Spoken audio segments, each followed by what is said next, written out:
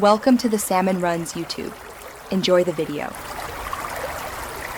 You begin by gathering tools: a sharp needle, thread that matches, the replacement button, scissors, and a lighter or fray sealant. Thread the needle and double the thread for durability. Make a secure knot with 3 tight throws so it won't slip. Place the button exactly where the old one sat. Alignment matters for fit and stitch tension. Once positioned, insert the needle from the shirt back to the front, catching the first hole. Make a small anchoring stitch so the button won't wiggle.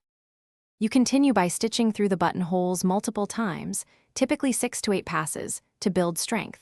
Keep the tension even, not too tight or the fabric will pucker, not too loose or the button will flop. If the fabric is thick, create a tiny shank. Lift the button slightly and wrap the thread around the stitches 3 to 5 times to give space for the fabric to sit beneath. Once satisfied, bring the needle to the underside, make 2 locking knots, then trim close and seal the end. You finish by testing the button through its hole several times to ensure smooth operation and correct alignment. Make any last tension adjustments. If the fabric puckers, remove the button and re-sew with slightly looser tension. If the button sits too loose, add a couple more passes or wraps. For thread longevity, if ends fray, apply a tiny drop of clear fray sealant or carefully melt with a lighter. Make sure not to scorch the fabric.